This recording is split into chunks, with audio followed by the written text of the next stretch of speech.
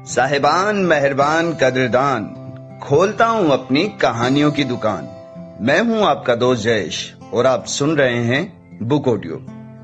कहानी का शीर्षक है 10वीं फेल और इसके लेखक हैं अजय राज सिंह।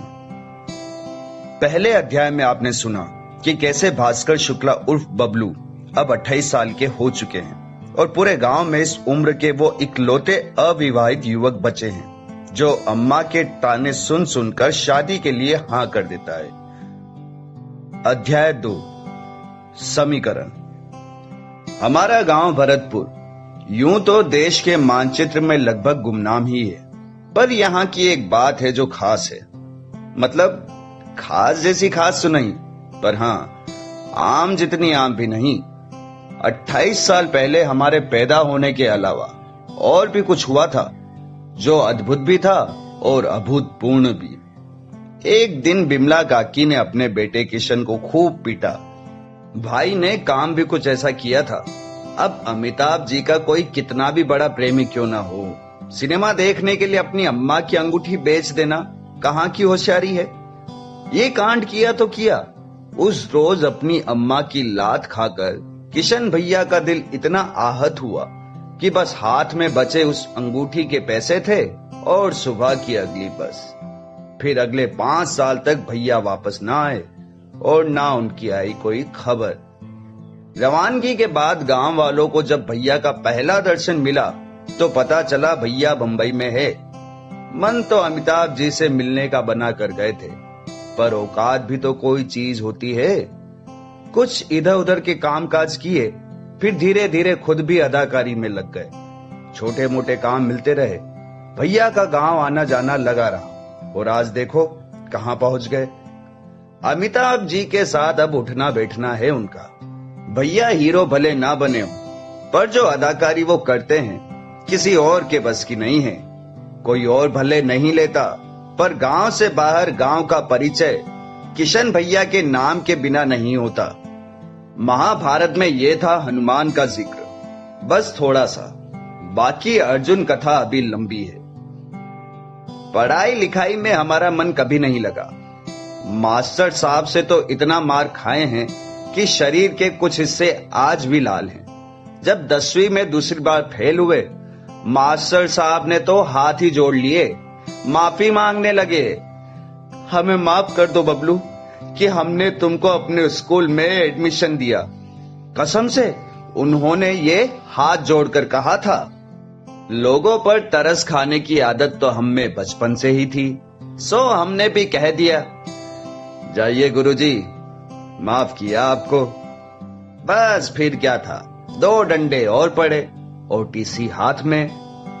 तब से लोग हमको 10वीं फेल कहते हैं और हम खुद को 9वीं पास। यूं देखा जाए तो हमारा पूरा का पूरा बालकांड निरस ही रहा है।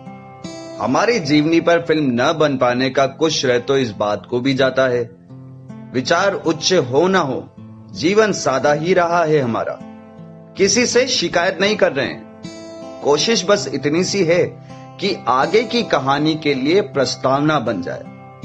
दरअसल बात हम आशिकी की करना चाहते हैं। अब बात करें भी तो क्या। अगर हम जीवन हैं तो ये समझ लीजिए कि हमारी आशिकी चुल्लू भर पानी। कभी कभी तो डूब कर मर जाने का मन करता है। 6वीं में एक बार साथ बैठे थे। जी हाँ, बस इस एक लाइन में हमारे जीवन का सारा इश्क शुरू भी हो गया और संभवतः खत्म भी। भगवान जाने हमने कौन सा पाप कर दिया था। हमको पता था जनगण मन के समय मास्टर साहब जो तिरछी तिरछी नजरों से KG 2 वाली मैडम को निहारते थे, मास्टर साहब अपने में मस्त और हम उनमें। सब अपने अपने काम में व्यस्त हैं और एक हम हैं जिसको दूसरे की लुटिया में कुल्ला करने का अलग शौक चढ़ा रहता है। अब शौक है तो है, क्या करें। हमको मास्टर साहब को निहारते निहारते उतने ही दिन हो गए थे जितने KG 2 वाली मैडम को उस स्कूल में आए। पर जब भी हम अपने दिल पर हाथ रखते, एक अलग ही आवाज आती थी, मास्टर साहब से कुछ ना हो पाएगा। और आवाज ऐसी कि यकीन करने का दिल कर जाए। हमारे इस विश्वास के दो तर्कसंगत कारण थे। एक तो मास्टर साहब का चेहरा, जो भगवान ने प्रेम के लिए बनाया ही नहीं, और दूसरा ये कि मास्टर साहब की नजर सच में तिरछी ही थी। क्या पता ये सब हमारे मन का बस वहम हो। तो क्या करें, मास्टर साहब से ही पूछ लेते हैं, प्रकाश ने सुझाव दिया। हम समझ सकते हैं इस ख्याल को लाने के लिए भाई को अपनी सोच के किस चरम पर जाना पड़ा होगा, पर गलती उसकी नहीं है। एक तो उम्र कम, उस पर बुद्धि हल्की हल्की मंद। भाई और कुछ सोचता भी तो क्या। घर से आखिरी विदाई लेके निकले हो काबे, जब लाठीचार्ज होगा ना, कोई पानी भी नहीं पूछेगा। मास्टर साहब मारेंगे अलग और फाड़ेंगे अलग, डब्लू तपाक से बोला। गीता के ज्ञान से कम नहीं थी डब्लू की ये बातें। प्रकाश की गति से भी तेज, सीधे दिल पर उतरी थी, और इसका असर भी कुछ देर तक रहा, बराबर रहा। हम तीनों चुप भी रहे, जब तक प्रकाश को अगला तूफानी ख्याल नहीं आ गया। हाँ तो मैडम को जाके सब बता देते हैं। भगत सिंह की कहानी पढ़ के आए हो काबे? डब्लू उत्तेजित हो उठा। अब हमारी और डब्लू दोनों की नजर प्रकाश पर थी। नहीं। तो शहीद होने का शौक काहे चढ़ा है?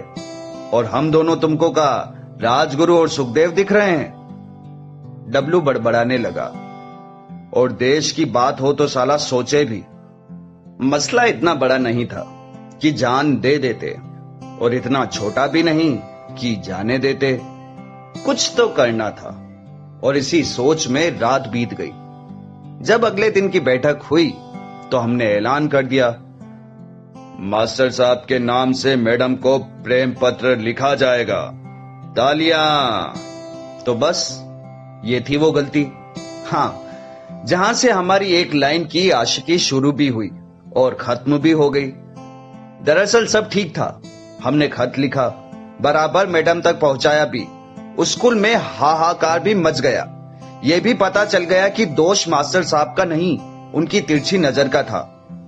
पर कहानी जाकर कहीं और उलझ गई। सब शुरू होकर खत्म ही हो रहा था कि मास्टर साहब ने क्लास में आकर कहा, जो भी बताएगा कि वो प्रेम पत्र किसने लिखा, उसे इनाम के तौर पर मैं इस साल बिना इम्तिहान दिए ही पास कर दूंगा। हमको तो लगा था कि मास्टर साहब व्योमकेश खेलेंगे। यहां तो दाव ही उल्टा हो गया। पूरे स्कूल में बात ऐसे फैल रही थी मानो कोई चुनावी मुद्दा हो। बिजली चाहिए कि नहीं चाहिए? चाहिए। पानी चाहिए कि नहीं चाहिए? चाहिए। खत लिखने वाला चाहिए कि नहीं चाहिए? चाहिए। माहौल इतना भयावह हो गया था कि हम खुद भावनाओं में बहने लगे थे। मुद्दा बहुत संगीन था और इनाम जबरदस्त, इतना कि डब्लू पांडे का ईमान डोल गया। बस फिर हम आ गए मास्टर साहब के घेरे में। दोष डब्लू का नहीं था। अरे एक पल को तो लगा कि हम खुद ही अपनी शिकायत कर दें। बिना परीक्षा दिए पास हो जाना तो बस सपने में ही देखा था। खैर, बाद में डब्लू को 6वीं में 2 बार फेल होते हुए भी देखा गया। वो इनाम आखिर में निकला चुनावी मुद्दा ही, कभी पूरा नहीं हुआ। रही बात बबलू शुक्ला की, तो हमारी सजा अलग ही थी। दिन भर के लिए मास्टर साहब ने हमारी जगह बदल दी थी। हमको एक लड़की के बगल में बैठा दिया गया। राधिका, यही नाम था उसका। तब का जो जमाना होता था, हम भूतों से ज्यादा लड़कियों के सामने आने से डरते थे। मंदिर वाले पंडित जी ने हमसे एक दिन पहले ही कहा था कि हमारा शनि भारी चल रहा है, पर इतना भारी होगा अंदाजा नहीं था। हम मास्टर साहब के सामने गिड़गिड़ाते रहे कि भले मार मार के कोई अंग लाल कर दें तो कर दें, पर यह सजा ना दें। पर उस निर्दयी के अंदर काहे की करुणा और काहे का रहम। मास्टर साहब की सजा ने हमको लाल तो कर दिया था, पर शर्म से। सरकारी स्कूल में पढ़े लोग लोहे की बेंच के कोने का दर्द समझते होंगे। सारा दिन हम बेंच की आखिरी छोर पर, नजर जमीन में गड़ाए, अपनी सजा काटते रहे। राधिका यूं तो हमारे बगल में ही थी, पर लग रहा था कि जैसे कोसों दूर हो कहीं। हम भी जाने किस लिहाज के आगे मजबूर थे। जितना भी मुमकिन हो पा रहा था, हम उससे उतनी दूरी बनाकर पूरा दिन बैठे रहे। अब बैठे तो क्या रहे, मानो लटक रहे हों कि बस एक बार कोई तबीयत से छू दे तो हम जमीन पर पसर जाएं। समय बीत रहा था और जब भी क्लास की लड़कियां खिखिया कर हंसे, हमारी नजर और नीचे गड़ जाए। हमको तो कभी कभी लगता था कि पूरे शुक्ला खानदान पर हंस रही हैं। हम बीच बीच में प्रकाश की ओर भी देख लेते और फिर जिस हीन भावना से वो हमको वापस देखता, हमारे बालक मन में मास्टर साहब के लिए नफरत और बढ़ जाती। हमारे अद्भुत और अविस्मरणीय जीवन काल का यही वो दिन था जब हमको समझ आ गया था कि हमारी किस्मत वाली जो रेखा है उसके अब्बा नहीं मानेंगे। ज्यादा उम्र नहीं थी हमारी, भोला ही था हमारा मन, पर यह जान गया था कि हमारे किस्मत के रूट की सभी लाइनें व्यस्त है। उस दिन फिर जब छुट्टी की घंटी बजी, हम बस्ता उठाकर ऐसे भागे जैसे किसी गलत जगह आग लग गई हो, और बेंच के कोने ने जो हमारा हाल किया था, बस मान लो कि लगी ही थी। हम दिन में हुए हादसे से दुखी कम थे और उससे अंततः उबर आने पर खुश ज्यादा। हमारे जीवन का यह पहला प्रेम प्रसंग था और संभवतः आखिरी भी। इसे हम प्रेम प्रसंग इसलिए कहते हैं कि कभी कभी जब हम में हमारी अम्मा जागती है तो ऐसे क्रांतिकारी ख्याल भी दिमाग में आते हैं। वो जो मैं शर्मा के तुम्हारे पास आया और तुम खिलखिलाकर हंस पड़ी, वो जो मैं खामोश रहा और तुम बिन कुछ कहे सब कुछ कह गई, वो भी मेरी जिंदगी की एक कहानी है। जानकारी के लिए बता दें कि आजकल राधिका के बच्चे हमको मामा मामा कहकर पुकारते हैं। जी हाँ, और उस दिन को याद करके प्रकाश और डब्लू हमको आज भी चिढ़ाते हैं और कमबख्त हम चिढ़ भी जाते हैं। खैर छोड़ो, अब क्या फर्क पड़ता है। वैसे जितने नाकारे हम बचपन में हुआ करते थे, अब उतने नहीं हैं। हाथ में टीसी लिए जिस दिन हम घर पहुंचे, अम्मा ने हमसे सारी उम्मीद ही छोड़ दी थी। 10वीं में दूसरी बार फेल हुए थे। अंदाजा तो था कि अम्मा स्वागत जरूर करेगी। सवाल यह था कि झाड़ू से या डंडे से। रिजल्ट छुपा भी नहीं सकते थे। प्रकाश सुबह सवेरे ही अम्मा के सामने नारियल फोड़ आया था कि रिजल्ट आज ही खुलेगा। अब तो घंटी हाथ में थी और बिल्ली सामने। कमबख्त बांधना भी हमको ही था, पर कैसे? अम्मा हमारी जच रही है आज। हाँ, हमने घर में घुसते ही पहला दाव खेल दिया। तो फिर फेल हो गया ना? है? अम्मा ने गुस्से में कहा। अब जो हम सड़क भर सोचकर आए थे कि कैसे बात को घुमा देंगे, वो तो कहीं सड़क पर ही छूट गया। कुछ रह गया था तो हमारा चांद सा चेहरा और हाथ में बड़ा सा दाग। हमको अंदाजा हो गया था कि हमने गलत दाव खेल दिया है। तुम्हारा दाव गलत नहीं है, अम्मा ने आगे दे मारा। ऐसा है कि हम तुम्हारी अम्मा हैं। तुम्हारे कुछ सोचने से पहले हम सोच लेते हैं कि तुम क्या सोचोगे। यूं तो उस समय अम्मा रोटी सेक रही थी, पर जाने क्यों जल हम रहे थे। अम्मा के फिर वही दार्शनिक विचार और वही ताने। इतनी देर तक अम्मा चूल्हा छोड़कर नहीं उठी, तो अब उठने वाली नहीं है। कम से कम इतना सुकून मिला कि अम्मा आज गरबा खेलने के मूड में नहीं है। लाठी और झाड़ू का प्रयोग तो कैंसिल। हाँ, ताने जरूर पड़ेंगे, पर ठीक है, सह लेंगे थोड़ा थोड़ा। इसलिए तो तुम अम्मा हो हमारी। हम मानने वाले थोड़ी थे, हमने फिर दे दिया एक। अब हम पास की खाट पर विराजमान थे। हाँ, अम्मा है इसलिए अभी तक पैरों पर खड़े हो। अभी तुम्हारे बापू होते तो बना के उधेड़ते तुमको। फिर तो अच्छा है कि नहीं है, हमने मन में ही सोचा। अरे निर्लज, बापू थे वो तुम्हारे, कुछ तो शर्म करो। अम्मा बड़बड़ाई। अम्मा फिर समझ गई थी कि हम क्या सोच रहे हैं। तुम्हारी जिंदगी में हमको तो बस गाय भैंस का तबेला ही नजर आ रहा है अब। पढ़ाई लिखाई से तो संन्यास ही ले लो अब तुम।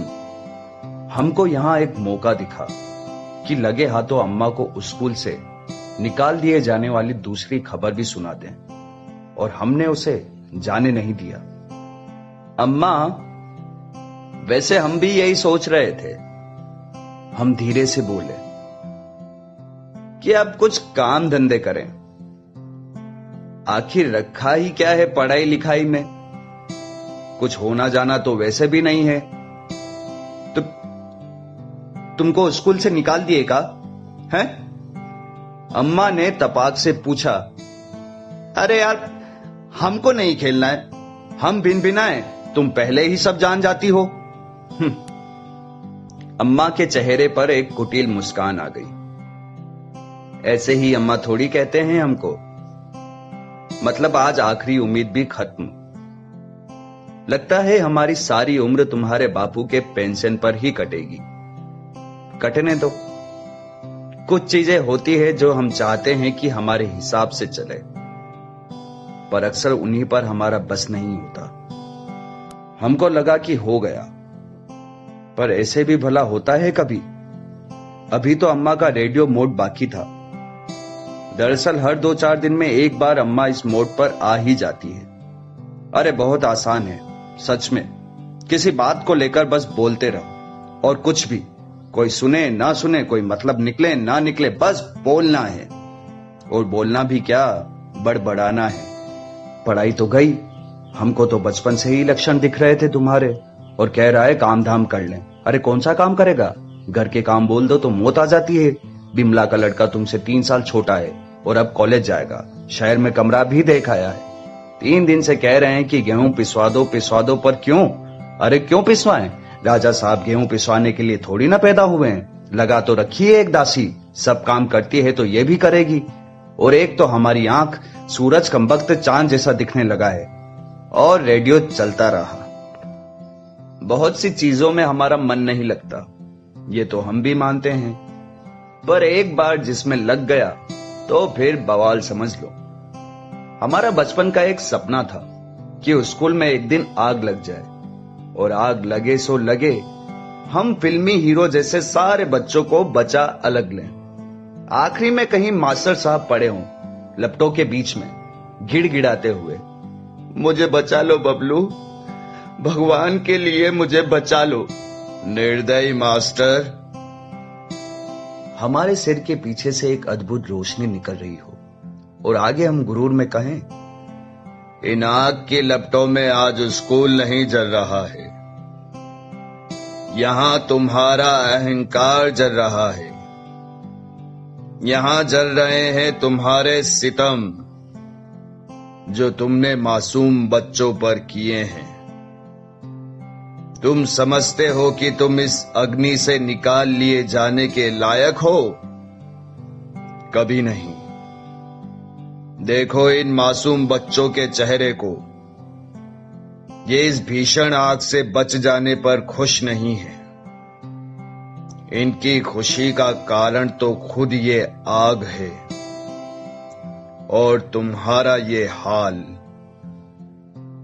इन भोले भाले बच्चों को प्रताड़ित करने का जो पाप तुमने किया है, ये सब उसका नतीजा है।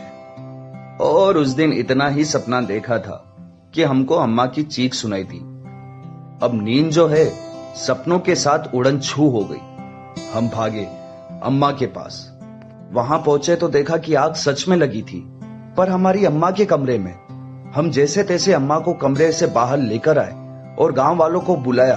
आग पर काबू पाते पाते अम्मा का पूरा कमरा और हमारा आधा घर समझ लो खाक हो गया था। गांव वालों में मास्टर साहब भी थे। भगवान का शुक्र है, मास्टर साहब ने आकर कहा, कि तुम दोनों ठीक हो, सब ठीक हो जाएगा। यहां हमको तो कुछ और ही दिखाई दे रहा था, जैसे मास्टर साहब के सिर के पीछे से वही अद्भुत रोशनी निकल रही हो। देखा बबलू, ये सब तुम्हारी ही उद्दंडता का नतीजा है। मैंने तुमको हमेशा से सिखाया कि कभी किसी का बुरा मत सोचो, पर तुमने मेरी बात कभी नहीं मानी। ये आग अपनी किस्मत में तुमने खुद ही लिखा है। शायद सही भी था, पूरा नहीं तो आधा ही सही। हमने आग को अपनी किस्मत में लिखा हो न हो, आग से अपनी किस्मत जरूर लिख दी थी। हमने अपनी अम्मा के साथ मिलकर अपना घर दोबारा बनाया। समय लगा, पर समय के साथ हमको इसी में अपनी किस्मत दिखने लगी। 9 साल पहले हमने अपना पहला घर बनाया था, अपने लिए, और अब दूसरों का बनाते हैं। बिल्डर बबलू शुक्ला कहते हैं लोग हमको।